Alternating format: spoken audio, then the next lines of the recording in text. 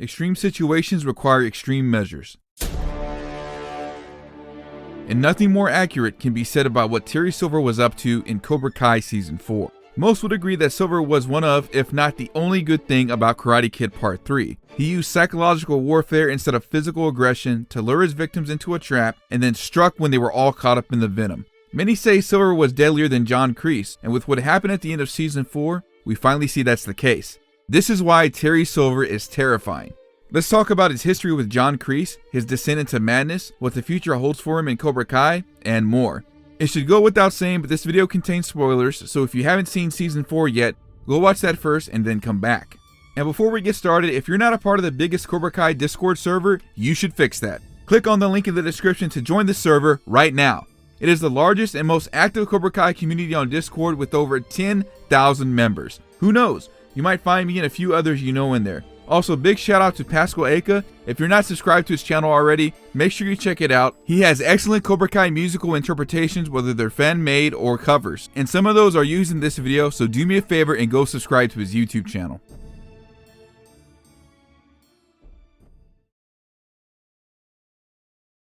Let's recap on what we know about Terry Silver so far. Feel free to skip to the next chapter if you want to avoid the recap, but be warned, you may miss important details in the analysis later on in the video.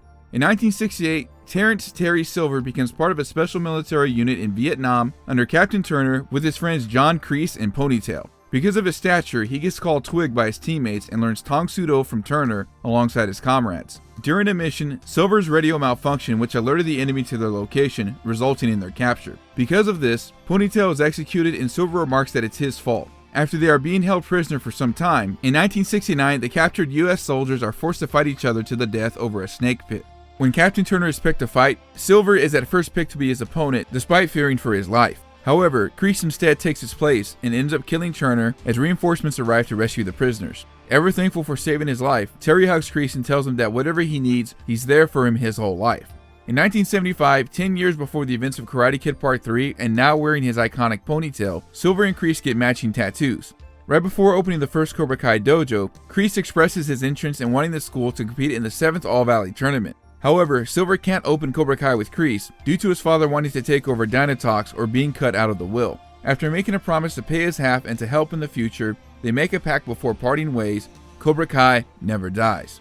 Over the next 10 years, Dynatox becomes successful, cocaine becomes part of Terry's breakfast, and his wealth vastly rose to new heights, living in an enormous mansion while taking care of business and keeping his karate sharp.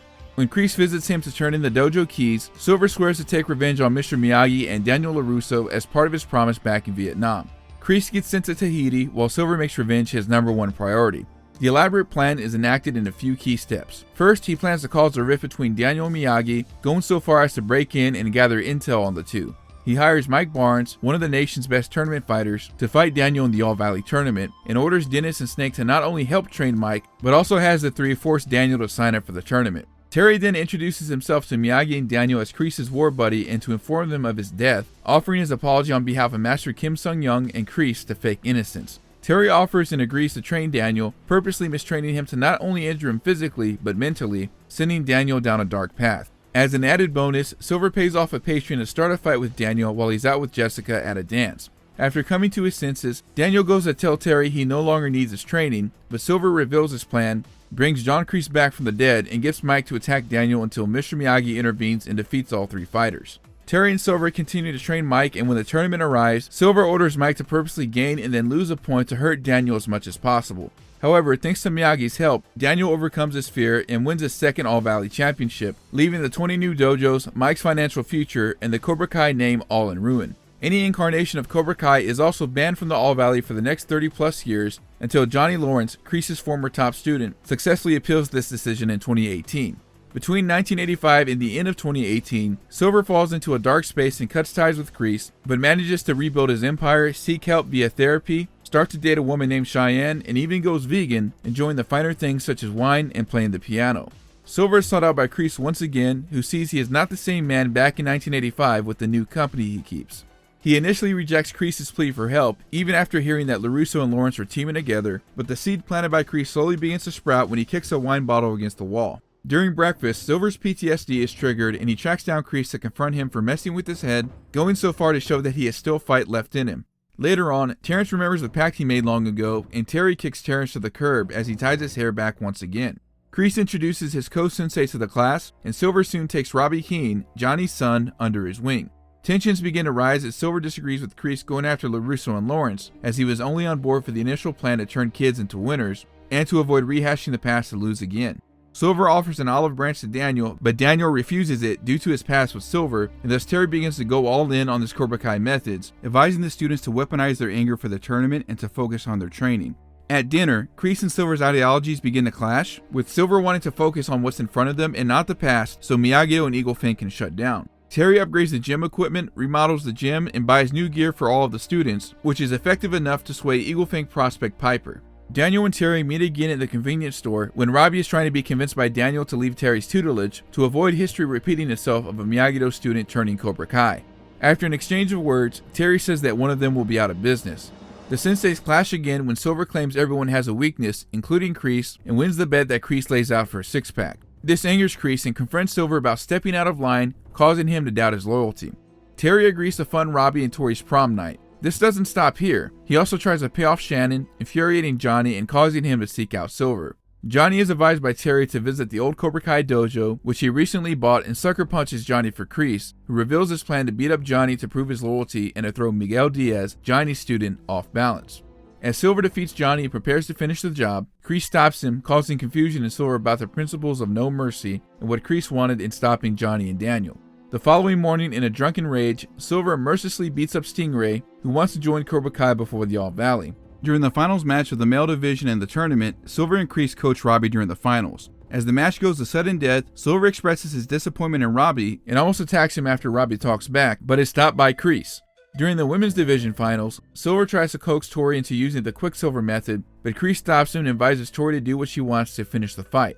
After Cobra Kai wins, Tori catches Silver paying off the ref for fixing the finals match between her and Sam. When Kreese and Silver celebrate, the weakness that Terry has is revealed to be Kreese, and Kreese's weakness is Johnny Lawrence. Terry's convinced that it was never about the dream of showing Cobra Kai to be the right way, but to get back at Johnny Lawrence. To shed his weakness, Silver frames Kreese for assaulting and attempting to murder Stingray, resulting in his arrest, and thus Silver takes back control of the dojo, becoming the sole owner of Cobra Kai. The first thing we have to talk about what makes Terry Silver so terrifying are the tactics he's willing to use to accomplish his goals. Like fellow student Kreese, his philosophy is rooted in striking first, striking hard, and showing no mercy. The second core principle of Cobra Kai is evident in his convoluted plans, whether it's causing a rift between a student and a sensei through emotional manipulation, or beating up an individual wanting to learn karate to take back what's rightfully his. The man is willing to put the very thing that supplies his wealthy lifestyle on hold just to focus on getting payback for an old war buddy. Granted, he has the resources to do so, but if you think about it, this is the same ruthlessness that made him so successful in the first place. Silver is not shy in using resources either. With money that can buy anything, he has cars and clothes picked out for his facade, the ability to bribe the grand jury and the district attorney, research available at hand to find the right person for the job, and a personal training team picked out for his karate champion. Even then, he could hire an entire team to gather information on his targets, but he has no problem getting his hands dirty thanks to his time in Vietnam. These skills, combined with resources, are what allows the trio of snakes to harass Daniel, Jessica, and Miyagi whenever they see fit. It's this information that he gathers that he's able to trap Daniel and Miyagi into a false sense of security regarding the zombification of his war buddy, rescuing Daniel from Mike Barnes, or making a generous Goodwill donation to the All Valley as a sponsor on behalf of Dynatox. Thanks to the rift, Daniel has no choice but to seek out Silver for help, playing into his hand perfectly as he purposely injures him with his unconventional training methods and manipulating him into bringing out the Cobra Kai within him. Money comes into play again, where he bribes someone into starting a fight with Daniel to test the killer instinct of the All Valley champion. Above all else, fear was the weapon Silver preferred in 1985, convincing Mike Barnes to show no mercy, crippling Daniel's mind with fear that goes on to affect him so many years later. This fear was so great that Daniel forgot about fighting to the death with a much deadlier opponent earlier that summer, making him forget everything he learned and breaking him down to a shell of his former self.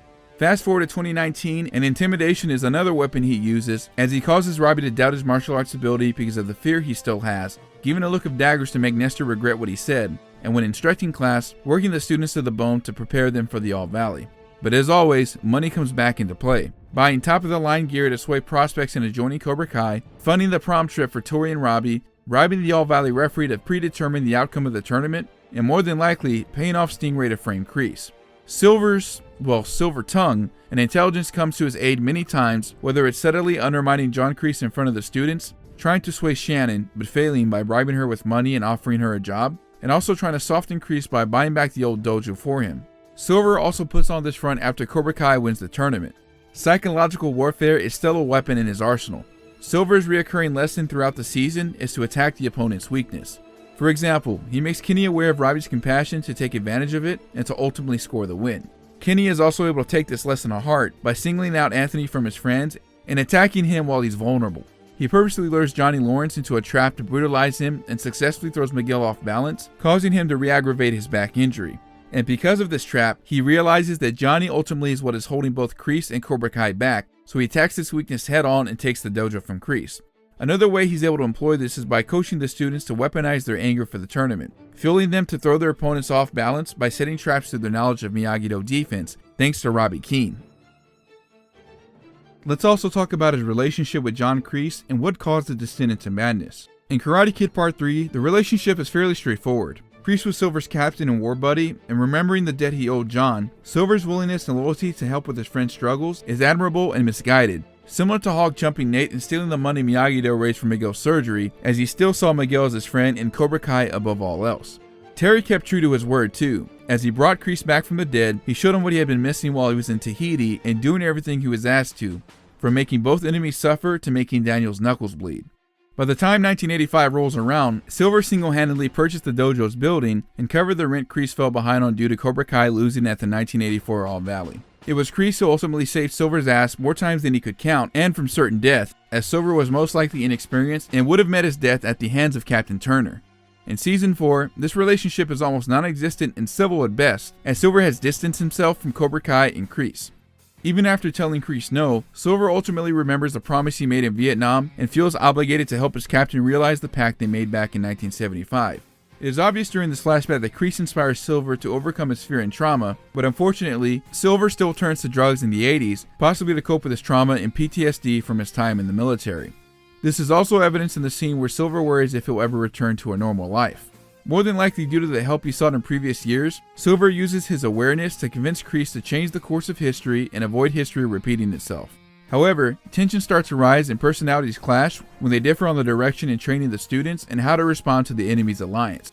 Kreese thinks he has everything under control, but Silver again wants to focus on using their students' anger and technique to focus on the present. It's during this dinner conversation where Kreese starts to imply that at the end of the day, he is the superior and is merely bringing Silver on to help. This is even more evident when Kreese is offended by Silver making him look weak in front of the students and tells them to watch out for the landmines, and if you don't watch where you step, it's all going to blow up. Kreese also holds the debt over his head to the point where Silver regresses into the same state of fear back in Vietnam, with tears in his eyes, his lip quivering, addressing Kreese's captain, and his anxiety rising through the roof thanks to his PTSD. This temporary hold Kreese has motivates Silver to prove his loyalty in the same manner back in 1985, but confusion arises when he stopped from beating Johnny further. Silver realizes that Kreese's teachings of no mercy has exceptions, specifically when it comes to former pupils, even though they are the enemy. This causes Silver to turn to substance once again, though this time it's whiskey instead of cocaine, and we can see the old Terry Silver reawakened. As Kreese correctly predicted, the problems weren't taken care of. They were just locked down deep away to help Terry forget who he really is. Going so far to beat an innocent individual just because he can, the Cobra returns to take his place and to look out for only one person, himself. Silver realizes that Kreese only cares about exceptions and controlling Cobra Kai his own way, and it was never about realizing their original dream. And because Silver is Kreese's only ally in this point in time, there would be no one left who would be willing to help Kreese, as all the bridges he had left are burned. The car is at 100 miles per hour, the brakes are out, and there is nothing stopping Terry from spiraling down the darkest path that we've potentially seen from a character yet. And for a while the longest time, we didn't think things could get worse, they did. Kreese created a monster that he can no longer control and became the lesser of two evils. It was only a matter of time when one King Cobra would be left and would overpower the other. Here are my final thoughts on Terry Silver and what we could see from him in the future. This man has no limits, has no boundaries, and will stop at nothing to get what he wants, whether he uses money, manipulation, or physicality. It's clear that when Robbie disrespected him, he more than likely would have no problem attacking the student in a similar manner to Kreese attacking Johnny in Karate Kid Part 2. It's also fair to say at this point that in terms of fighting ability, Silver may have even surpassed Kreese. Silver was able to take care of Johnny single-handedly, using strikes that mattered the most, taking away the ability to stand, the ability to breathe, and the ability to see. It is more than likely that Silver anticipated the defense that Johnny may have learned from Miyagi-Do, either because of his fight years ago with Miyagi, or because of Robbie teaching the class Miyagi-Do techniques. If Chozen is the best defensive fighter, then Silver has to be the best offensive fighter at this point, as Terry never lost his touch. I would have loved to have seen a fight between Daniel and Terry, but this is something we most likely will see in Season 5. We may even see a fight between Chozen and Silver instead, which honestly would excite me to see in a dream match we previously never thought possible. There also has to be a grudge that Silver has towards Robbie, as not only was he disrespected, but he didn't keep his head in the game like Nichols did, going even so far to stare at him before the finals match began. If Johnny is away trying to find Miguel, leaving Robbie behind would be the worst possible thing to do, as Silver would easily retaliate. With his money, we will finally see the expansion of Cobra Kai everywhere, on billboards, on every corner, on every shirt. This may be the darkest time ahead of us in the Miyagi-verse yet, and only time will tell what the future holds for the Soul of the Valley. Let me know what you guys think down below. What was your favorite part of Silver's character arc? If you enjoyed the video, be sure to like it, subscribe, share it with your friends, and comment, as these all help my channel grow. Shout out to my Twitch subscribers and YouTube members, I appreciate the support. If you'd like to directly support the channel, consider becoming a member and enjoy perks such as behind the scenes updates, access to the VIP Discord, shoutouts and videos, and more. Thanks for watching, stay beautiful, stay awesome, and we'll catch you around next time.